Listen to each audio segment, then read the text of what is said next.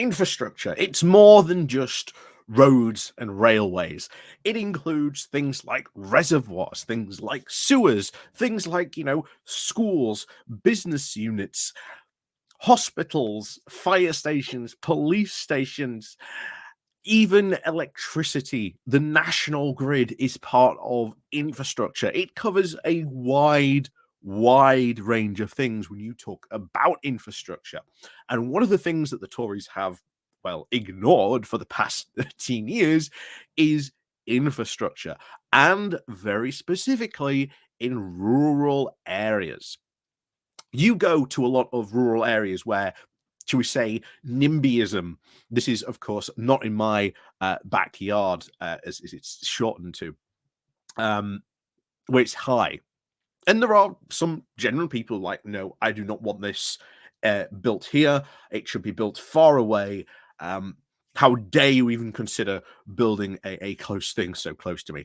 But when you go to these rural areas and you listen in to some of these people, some of them are genuinely bringing up serious concerns. Oh, you're going to build all these new houses. What about the local grid? Is there enough capacity to be able to, have all these new people put onto it? What about the current people living there? Is that going to be an issue? What about sewers? Are we okay for that? What about water? What about the fact that the roads are so slim that building all these extra houses may cause big traffic jams in the future?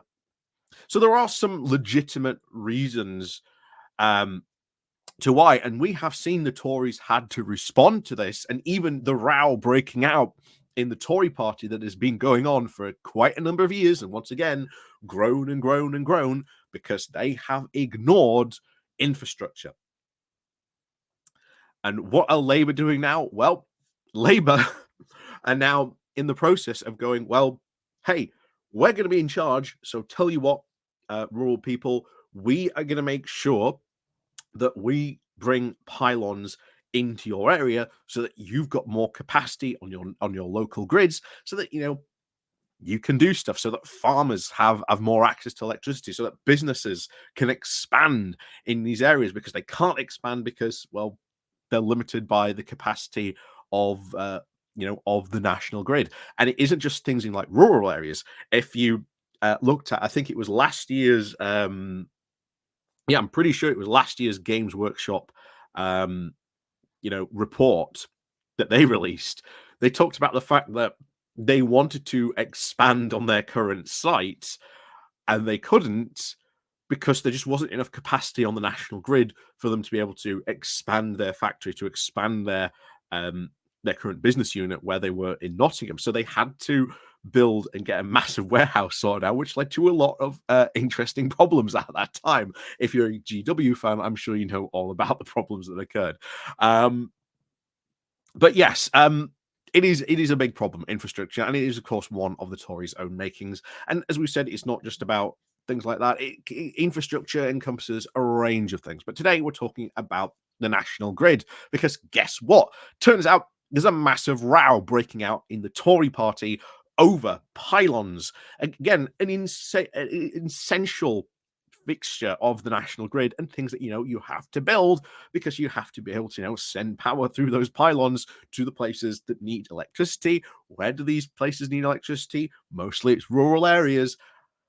And of course, there are Tories that agree, and of course, Tories that are incredibly against it. Most of these, of course, being the NIMBYs. So we're going to have a look at what's going on here and how this could yet be another big issue for Rishi Sunak, because this is a massive opportunity for Labour and they are taking advantage of it. So, as always, please remember to click on the like, share, and subscribe button. Also, down below, there are links to my Patreon page and a one-off link called Buy Me Coffee, where you can buy me coffee. And of course, as always, there is the YouTube thank you button and, of course, the Pony Club down below as well. So, let's crack on into this.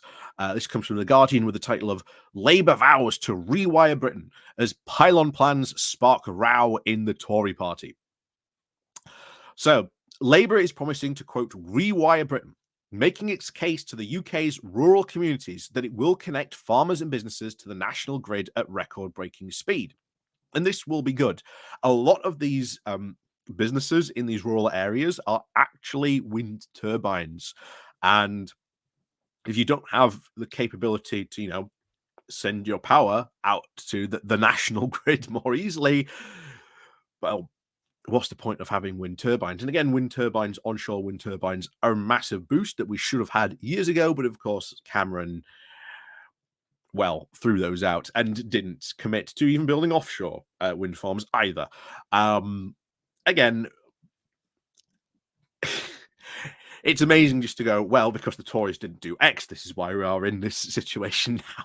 So, but anyway, this pledge comes as Rishi Sunak faces a battle over electricity pylons, which the Trade Secretary Kemi Badenoch and former ministers are urging him to pull the plug on critical grid infrastructure. And this is the insane part. Kemi Badenoch and other ministers are wanting to pull this. And as it said there, critical grid infrastructure. So it's not the idea of, we can build pylons, but whatever. No, this is actually you need these. Like you need these. These are important. Otherwise, forget it.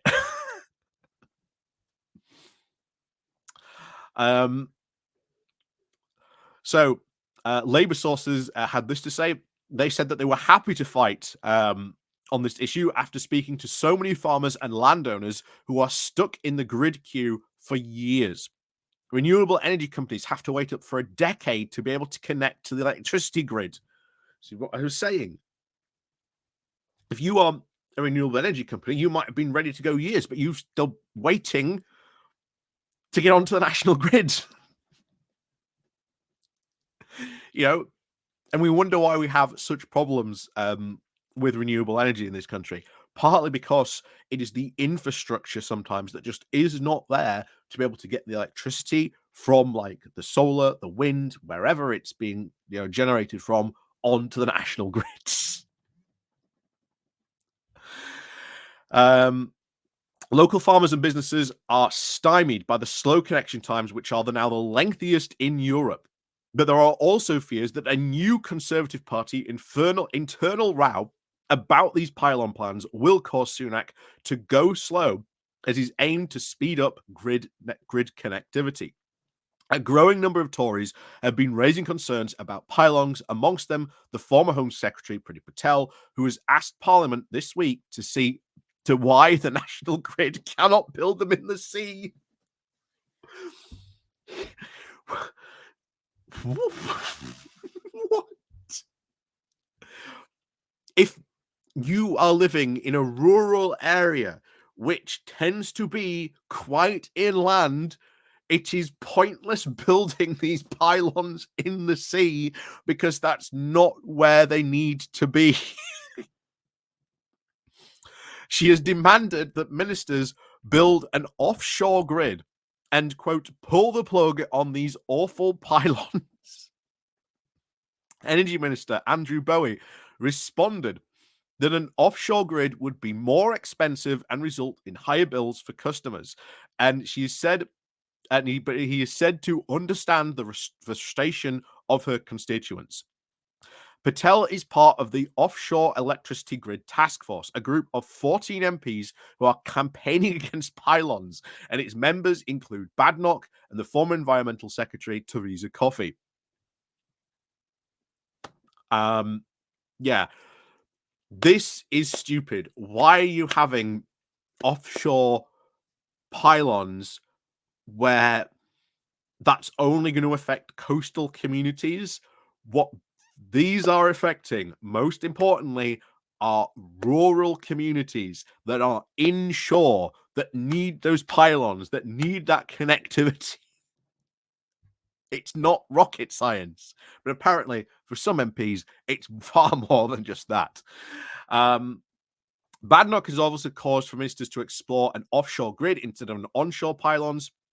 And Coffey has said that while I understand the need for energy security, the government the government commitment to provide over 40 gigawatts of offshore wind electricity by 2030. I've constantly made it clear that it is essential for our precious landscapes and communities to be protected by placing the infrastructure in the appropriate location. She has asked for an offshore grid to be contemplated. No, an offshore grid, as was said there, would be absolutely ridiculously expensive, not only to build in the first place, but then to maintain. And here's the thing. You've seen things like, Nord Stream 2 be mysteriously blown up. Well, what if we do go into a war situation? The Royal Navy now has to spend extra amounts, which I'm sure the Conservatives are going to magically put into the defense budget for the Royal Navy to defend all these things, and not only just potentially during wartime, but during peacetime as well, where they could be legitimate targets for a possible, terrorist attack.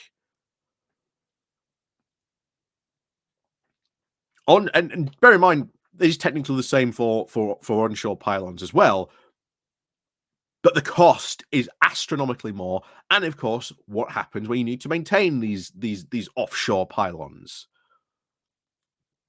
Again, the price just goes up. The idea of building an offshore network seems to be, again, pie in the sky thinking for these Conservatives. The National Grid said that building the grid onshore was 4 times cheaper. And again, for a party that complained and moaned consistently about the cost of HS2, well, the National Grid is going, look, if we build it onshore, it's going to be 4 times cheaper. If we build it offshore, it's going to be a heck of a lot more expensive. Again, there is no consistency at all in the Conservative Party. And of course, the Norwich to Tilbury Pylon project, which will improve connections for many rural areas, would be more than £3 billion more expensive if built offshore. Sarah McKinn, the head of the analysis for the Energy and Climate Intelligence Unit, said that an offshore grid without onshore pylons made no sense, he said. The proposed grid investments already include coordinated undersea cables to connect up the UK's vast offshore wind potential. But at some point, those lines have to come onshore to reach customers. Otherwise, it's like having a ring road with no routes into town. Groups of angry constituents are also rallying against these pylons. Back in September, hundreds of people protested in Suffolk over plans to speed up grid connections by building pylons. They complained that their area would be destroyed by the pylons and said that renewable energy needed to be transported in a, quote, green way. How? You still need pylons. Even if we had like a 100% green energy production method, you still need pylons to be able to get the electricity from one place to another and then to the consumers. Just there you go. Chris Venables, the deputy chief director of the politics of the campaign group Green Alliance, said that it could be a shared cross-party national mission to try and secure our energy independence, and route for this should be a clean, cheap, renewable power. Expensive fossil fuels have wreaked havoc on the economy and pushed up bills for billions, so rapidly building out the power grid to accommodate for clean new energy is a top priority. Exactly. Again, as we said at the beginning of this, infrastructure, it has been ignored. National Grid, genuine need to actually put some money into this and make sure, it actually works and is fit for the future is really, really vital. You want an example of where this turned out to be an absolute disaster? Just look what happened in Texas, I think just a few years ago, where their power grid froze because they'd handed it over to private interests to run that grid. And of course, well, they didn't put money into, the infrastructure, upkeep, upgrading these things. Of course, yes, thousands of people went very cold one particular winter. Again, that was not too long ago. So anyway, this guy continues.